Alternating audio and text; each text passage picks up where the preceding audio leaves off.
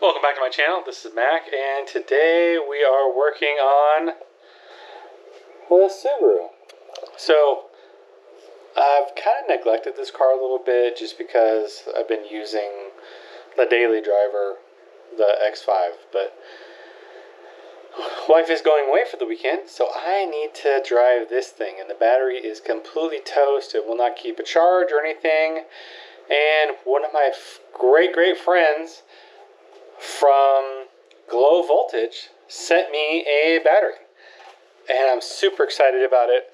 I'll share with you everything he sent with me so I can put it in this car. The type of battery I'm going to use, I am going to relocate it to the trunk, so it's not just a simple switch out the battery, but it is a very good battery. So I'll share with you the specs and everything like that, and I'll show you what I got. Alright, I'll be right back. Okay guys, first things first, the build quality and all the stuff he sent me is amazing. Gotta love his logo. Oh my gosh. And the Series 2 Glowe Voltage battery. Guys, the build quality on this battery is just bar none some of the best I've ever seen. They can handle up to 12,000 watt amplifiers off the stock alternator. It's a 24 amp hour battery. It's 12 volt. It handles a 680 amps continuous discharge. Discharge peak over 1,000 amps. Recommended charging volts 3.8 to 14.8 volts. Matches my car, so I'm fine there. Okay, the size dimensions. This is a 10.5 wide. The depth is 6.5 and the height's 8.5. So standard stock battery. It's only 12 pounds compared to my lead acid battery. It's probably like 20 or 30 pounds. This is just an amazing battery to put in your car. So I am going to run a stereo system in this car, so it will be needed. I am relocating it to the trunk due to the heat in the engine bay. It is recommended you do that for these LiPo batteries. You don't want them in the engine bay. They are exposed to a lot of heat in there, especially a turbo motor.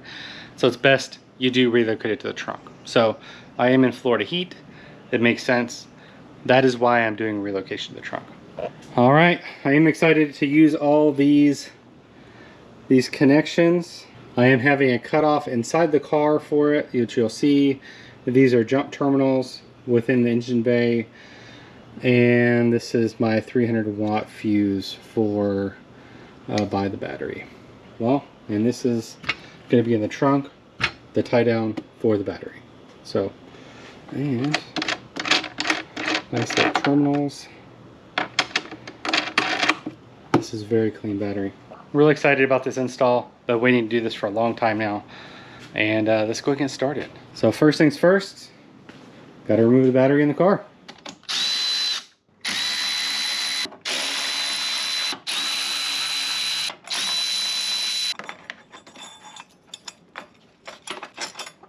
Okay, all we're going to do is now is remove it, and then we'll see what we're working with.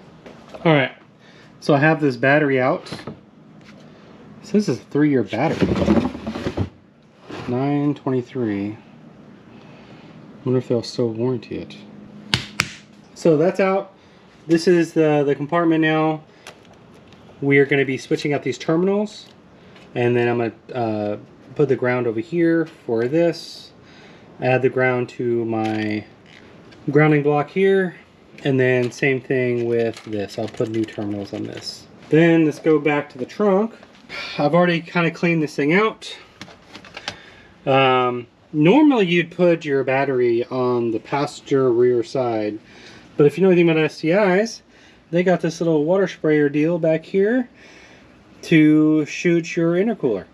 So I will not be removing that. I will keep that there, and I'll put the battery over here. The battery doesn't weigh much at all, so I'm not worried about it. So I'm going to use the mounting plate to put it right here, and then we'll go from there.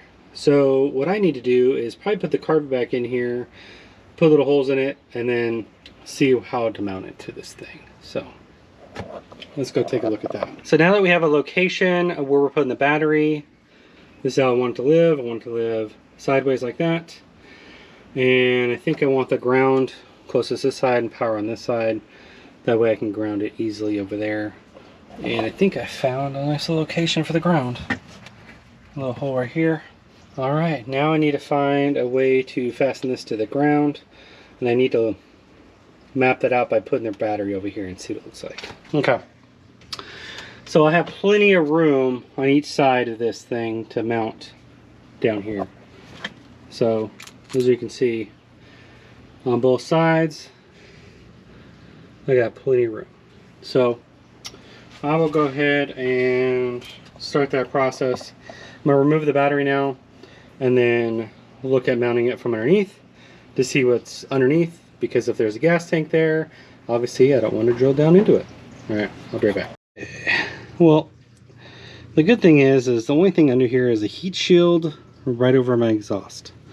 So that's good. We are definitely going to keep the heat shield there. May have to remove it just to screw it down, but just so you have an idea what it looks like. That's what it looks like right there. Looks like there are 4 bolts holding the heat shield on right over the exhaust. All right, and if you have any ideas about better exhaust to get, I'm all for it. I like the HKS or the NVIDIA, but anyway.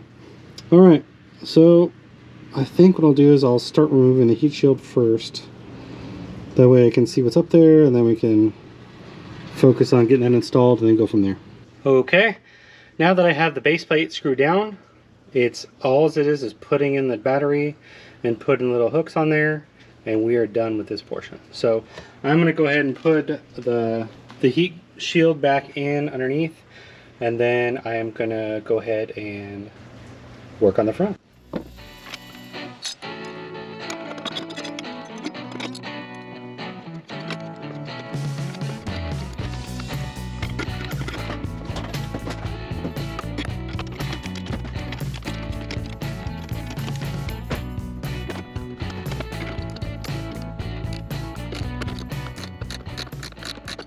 Okay, I went ahead and tightened this all up.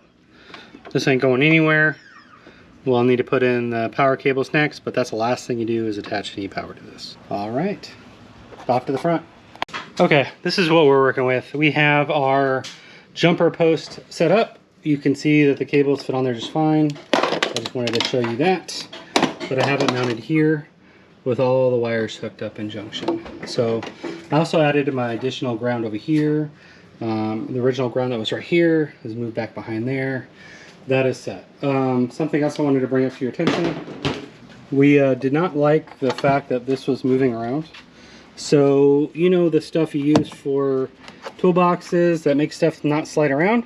Because plastic on a slick surface was just sliding around. So to make that to where this thing does not move around anymore, we went ahead and put that non-slip stuff in there. We also trimmed the top of these bolts down. We took about 1 inch off there. I did remove my windshield wiper thing. I will fabricate a little junction right here and install it right there. And it'll actually have this little cutout right here to sit all right here. It'll be perfect. But I also added additional ground here to the engine block. And yes, so next steps are running the cable inside the car and setting up the fuse. That's it. So I'll be back for that. So, excuse the dirty carpet. We do have it breaching through the firewall right above where, you know, right up there. So, and I'm having the cable go along this little seam right here. This carpet does pop up. So these little plastic things you can kind of just lift up, and you'll see the red cable in there. And then to put this back in, you just kind of come back in. So this is the red cable. I'm just feeding it down alongside the car, staying away from any RCA or speaker wire. I don't want any distortion or crap. Have it come all the way through here, underneath the seat, underneath this little brace bar, and then straight to the trunk. So that's the goal at this point. Okay. You don't need to see me do this, but take out a bunch of plastic stuff, hide it under the carpet. That's what I'm doing. Okay. So I spent way more time than I like to admit. But yeah, this thing's solid in here. I went ahead and created this bracket.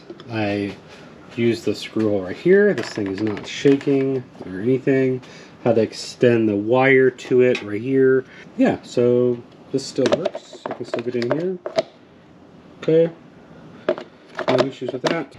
But I have put this back together. I have not put this back together. And I've had to switch the battery around. So we have ground on this side, positive over here. Just kind of wanted to show you this. Really, ideally, you want your ground cable to be anywhere from 12 to 18 inches at least. Well, minimum. And I couldn't find a good grounding point in this general area. Now, you can go off of your strut tower, which was kind of far away, but I found a location right underneath this floor, which I will show you really quick. Kind of have an idea. Is this little bracket right here. It goes into the frame. I have it hooked up. You see the glow right there. And there is a hole there with a grommet in it. So that's what we're working with. This is all put back in here. I did break my exhaust hanger, so that's a thing. Need to replace that, and I gotta replace that one too. I'm gonna go ahead and put this all back together, and this will be my first startup after this. Hoping it works, hoping I have a solid ground, and we'll go from there. Alright, I will be right back. You don't need to see me put this together. Okay, got a little excited. I just hooked up the power and ground. I just want to see if this thing starts. Oh, good sign.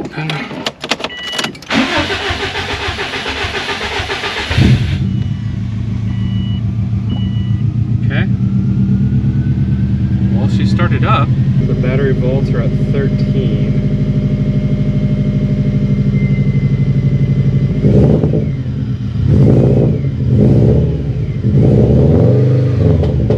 There's still a grounding issue. I think that's a solid ground there where I have this. Power's fine.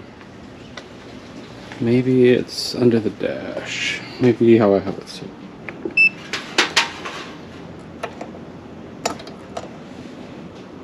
Okay, 12.98. That's good. Okay.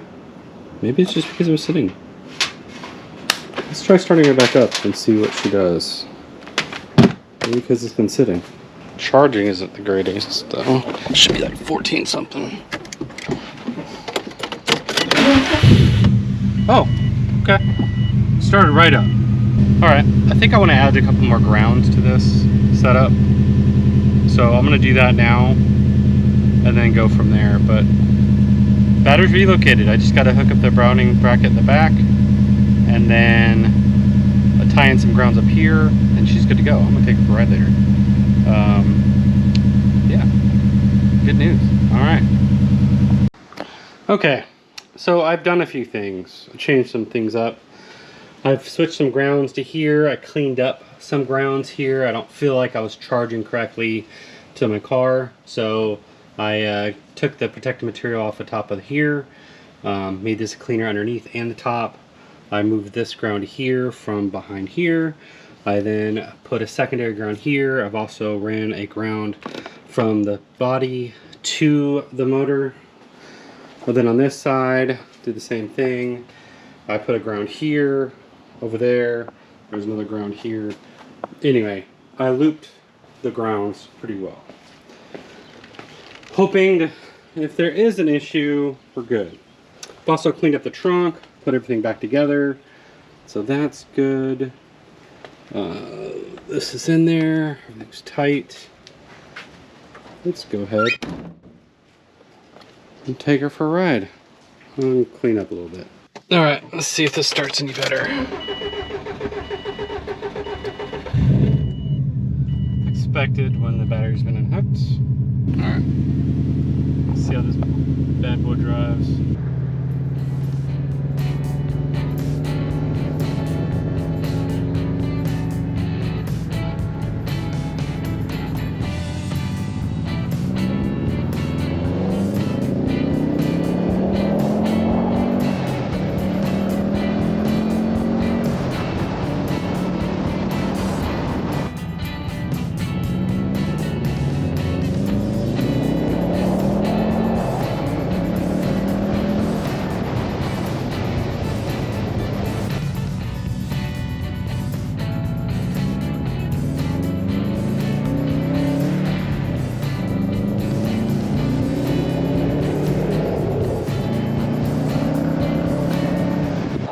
Okay, that was a lot of fun.